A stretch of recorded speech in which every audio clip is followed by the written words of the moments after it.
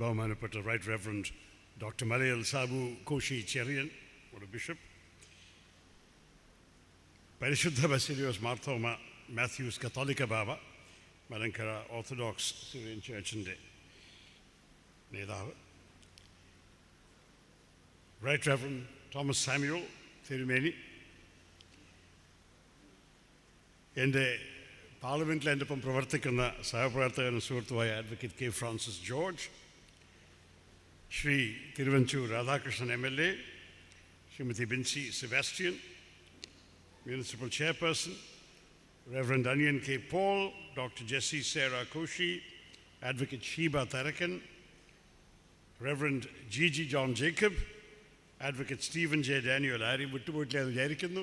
ഇവിടെ ഇരിക്കുന്ന എല്ലാ വിശ്വാസികളെ, സുഹൃത്തുക്കളെ, സഹോദരി സഹോദരന്മാരെ എല്ലാവർക്കും എൻ്റെ വിനീതമായ നമസ്കാരം.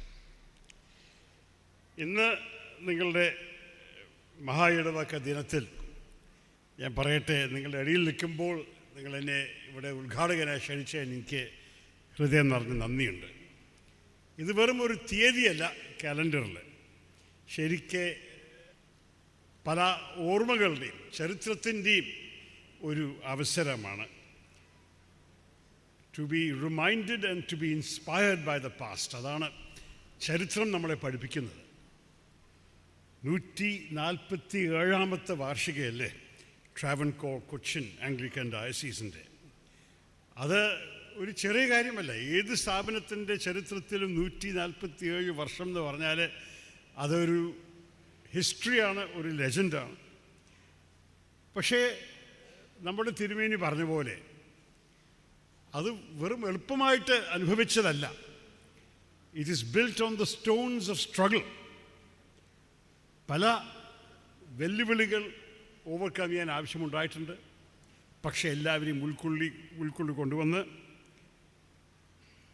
The incense of inclusion and the hymns of hope, അതാണ് ഈ 147 വർഷത്തിൻ്റെ കഥ ഇന്ന് നിങ്ങളുടെ മുമ്പിൽ ഞാൻ ഓർക്കുന്നത്.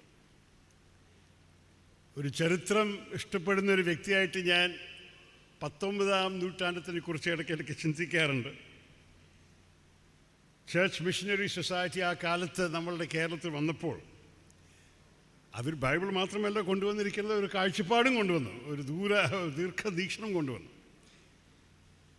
അതിലത്തെ എല്ലാം വെച്ച് പ്രധാനപ്പെട്ട സന്ദേശം എനിക്ക് തോന്നിയത്, ക്രൈസ്റ്റിൻ്റെ സന്ദേശം ഒരു പ്രിവിലേജ് ഫ്യൂവിന് മാത്രമല്ല, ചിലവർക്കും വലിയ സ്ഥാനമുള്ളവർക്ക് മാത്രമല്ല, എല്ലാവരുടെയും ഒരു ഉത്തരവാദിത്തമാണ്, എല്ലാവരുടെയും ഒരു അവകാശമാണ്.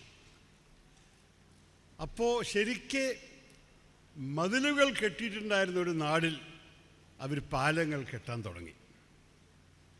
Thomas Norton, Joseph Fenn, Henry Baker, Benjamin Bailey, ഈ പേരുകളൊക്കെ നിങ്ങൾ എല്ലാവർക്കും അറിയുന്നതാണ്.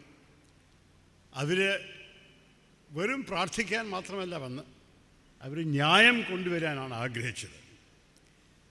അവർ സ്കൂൾ കാണാത്ത കുട്ടികൾക്ക് വേണ്ടി സ്കൂളുകൾ തുറന്നു. സ്കൂൾ എന്താണ്, സ്കൂളിൻ്റെ അകത്ത് എങ്ങനെ കയറും, എങ്ങനെ പഠിക്കാൻ സാധിക്കുമെന്ന് വിചാരിച്ച കുടുംബക്കാരുടെ മക്കൾക്ക് ഇവരാണ് സ്കൂളിൻ്റെ വാതിലുകൾ തുറന്നു കൊടുത്തത്. സ്ക്രിപ്ചർ, ബൈബിളൊക്കെ മലയാളത്തിലാക്കിയത് ഇവരായിരുന്നു. സാധാരണക്കാരുടെ ഭാഷയിൽ യേശു ക്രിസ്തുവിൻ്റെ സന്ദേശം കേൾക്കണമെന്ന് മനസ്സിലാക്കി മലയാളത്തിലാക്കി കൊടുത്തത് അവരാണ്.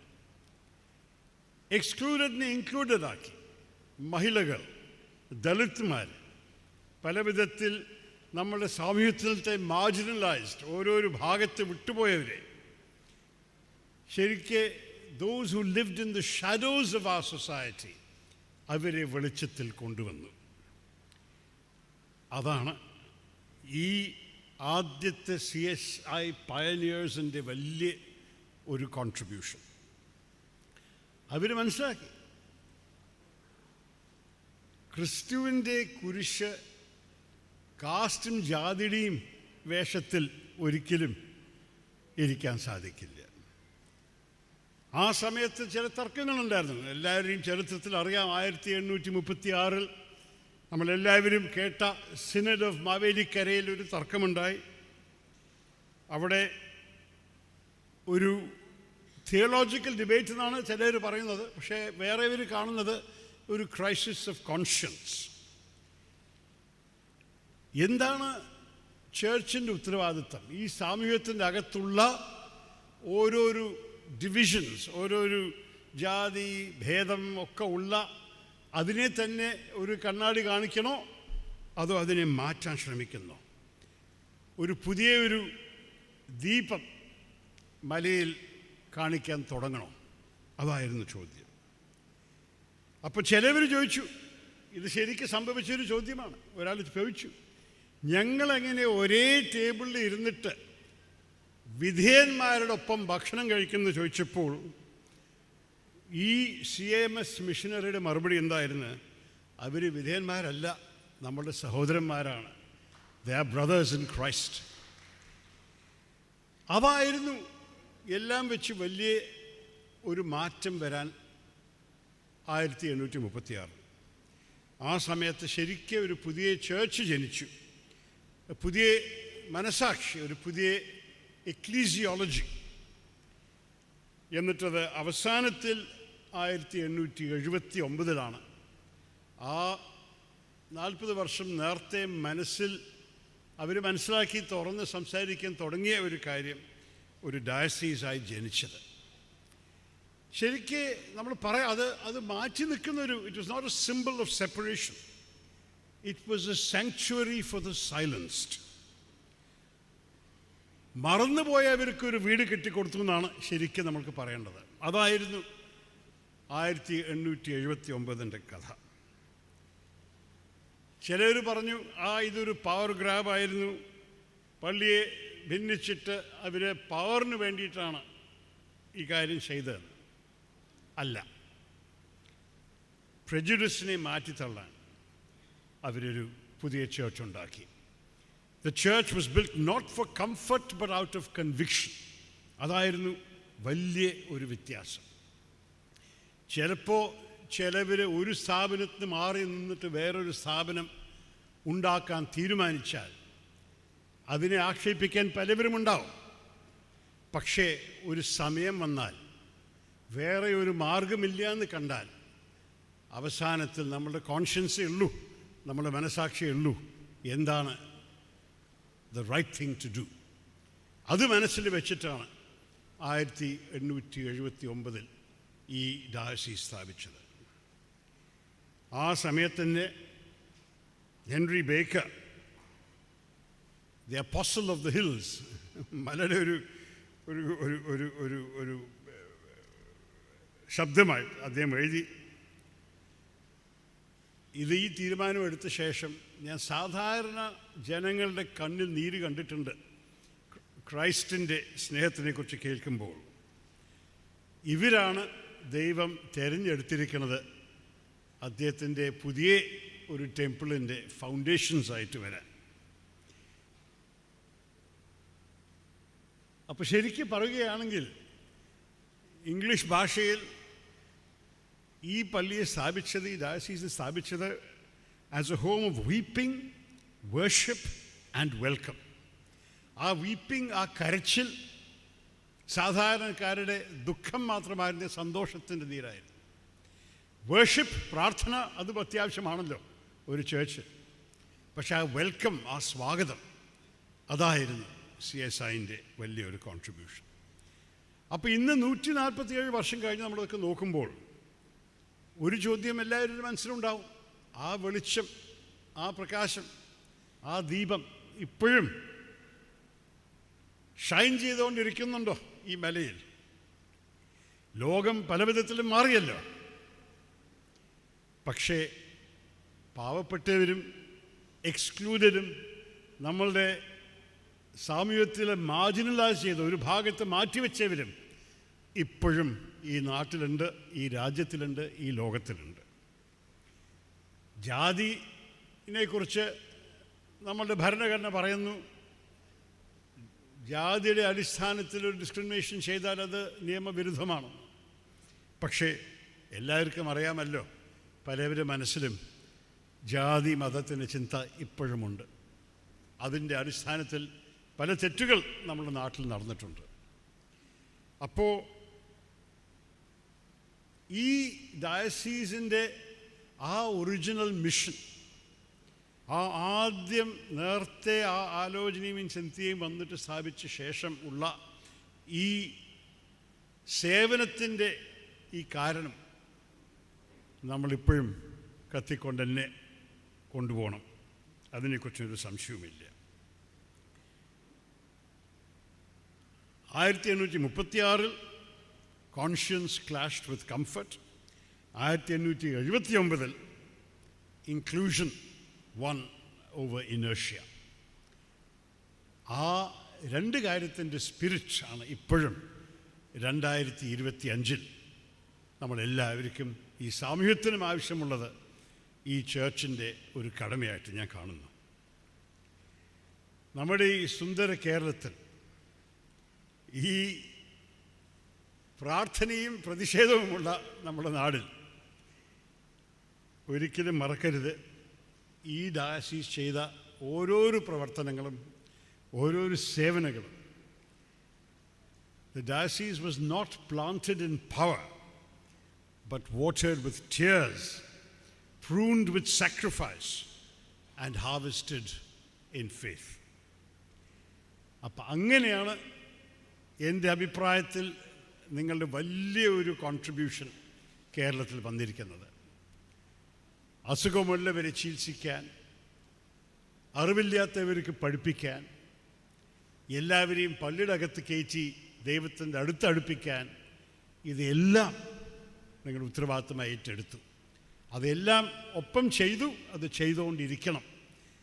3 വർഷത്തെ 150ാമത്തെ വാർഷികമാകും. വലിയ ആഘോഷങ്ങളുണ്ടാവും നമ്മുടെ സംസ്ഥാനത്തിൽ എല്ലാവിടെയും.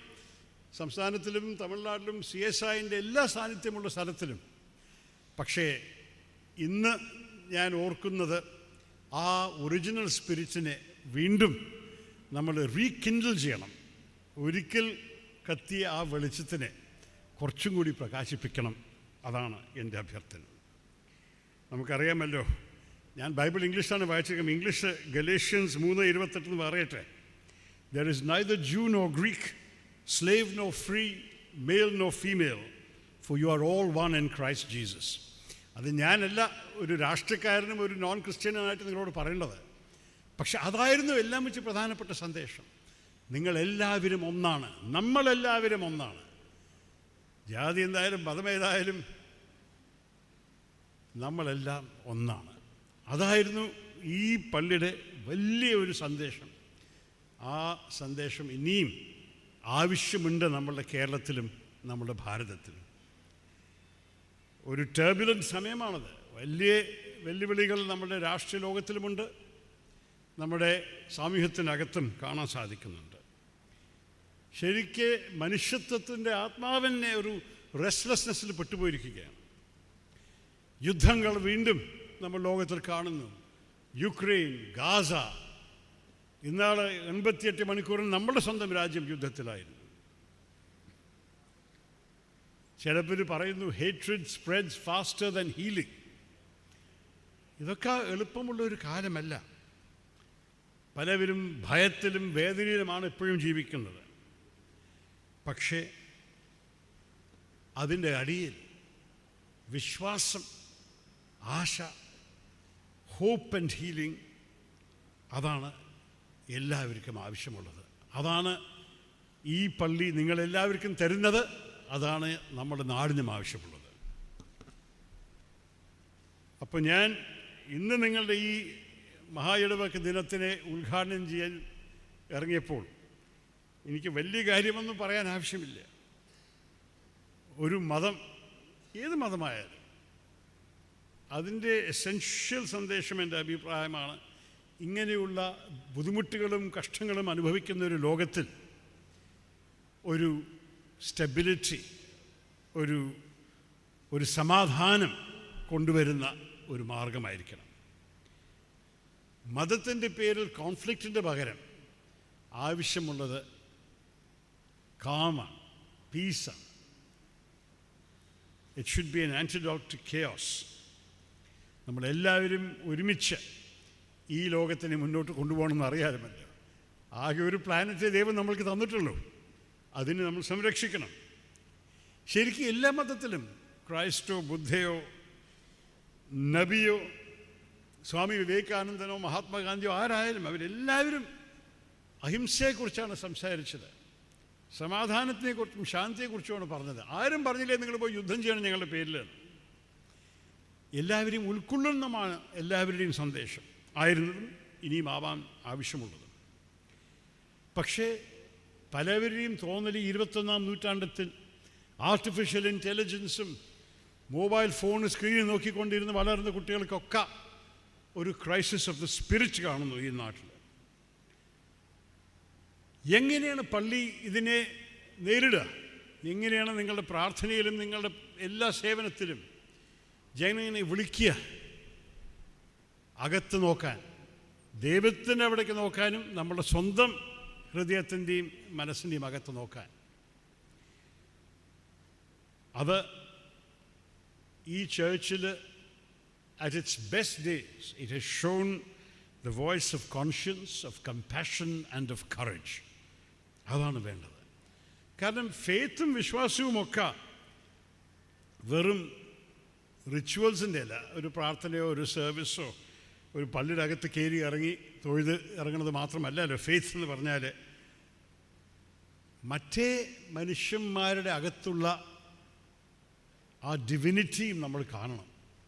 നമ്മളെല്ലാവരും ഒന്നാണ്, നമ്മളെല്ലാവരും ഒരുപോലെയാണ്, നമ്മളെല്ലാവരുടെയും അകത്ത് ദൈവത്തിൻ്റെ ഒരു ഭാഗം ജീവിച്ചുകൊണ്ടിരിക്കുന്നുണ്ട്. ബൈബിളിൻ്റെ ഒരു വാചകം കൂടി പറയട്ടെ, ബുക്ക് ഓഫ് മൈക്കയിലാണത്. What does the Lord require of you but to do justice, to love mercy and to walk humbly with your God.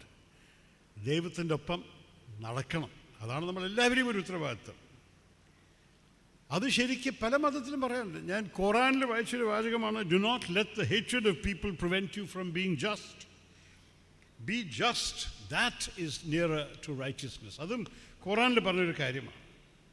അപ്പോൾ ഈ യുദ്ധമൊക്കെ നടക്കുന്ന ഇടയിലും മതജാതിയുടെ പേരിൽ മനുഷ്യന്മാർ പരസ്പരമായിട്ട് പീഡിപ്പിക്കലും ആക്രമണിക്കലും ആക്ഷേപിക്കലും ഒക്കെ കാണുമ്പോൾ നമുക്ക് ആവശ്യമുള്ളത് നോട്ട് വെപ്പൺസ് ബട്ട് വിസ്ഡം. നമുക്ക് മതിലുകളല്ല പാലങ്ങളാണ്. ആ 19-ാം നൂറ്റാണ്ടത്തിൽ കെട്ടിയ പോലെ ഇനിയും പാലങ്ങളുടെ ആവശ്യമുണ്ട്. നമുക്ക് ഒരു പക്ഷേ പല വിധത്തിലും ചിന്തയാണ് ആവശ്യം, ശബ്ദമല്ല, നിലവിളിയല്ല, ആലോചനയാണ്. നമുക്ക് നമ്മുടെ മനുഷ്യത്വത്തിനെ ഓർമ്മ വയ്ക്കാനൊരു കാലം ആണ് ഈ 21-ാം നൂറ്റാണ്ടത്തിലെ ഈ 3-ാമത്തെ പതിറ്റാണ്ട്. അതുകൊണ്ട് നമ്മളുടെ പ്രാർത്ഥന ഇന്ന് ഈ മഹായിടവക ദിനത്തിൽ എന്തായിരിക്കണം? യൂണിറ്റി, ഒരു ഐക്യമാണ് നമ്മളെല്ലാവരും ഇടയിൽ കാണേണ്ടത്. നമുക്ക് മതത്തിനെ ഒരു വെളിച്ചമായിട്ട് കാണണം. Let religion not inflame but illuminate. എന്നിട്ട് നമ്മൾ എല്ലാ വിധത്തിലും പ്രാർത്ഥന വഴിക്കോ അതോ ആഘോഷം വഴിക്കോ ഈ 147-ാമത്തെ വാർഷിക മുമ്പ് പോയ വർഷങ്ങളെ ദൈന്യമാക്കും.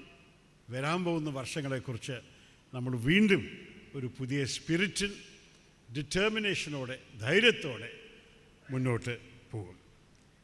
ഇത് മാത്രം പറഞ്ഞിട്ട് ഒരിക്കലും കൂടി നിങ്ങളെല്ലാവരും എന്നെ ക്ഷണിച്ചതിൽ നന്ദി പറയുന്നു. ഞാൻ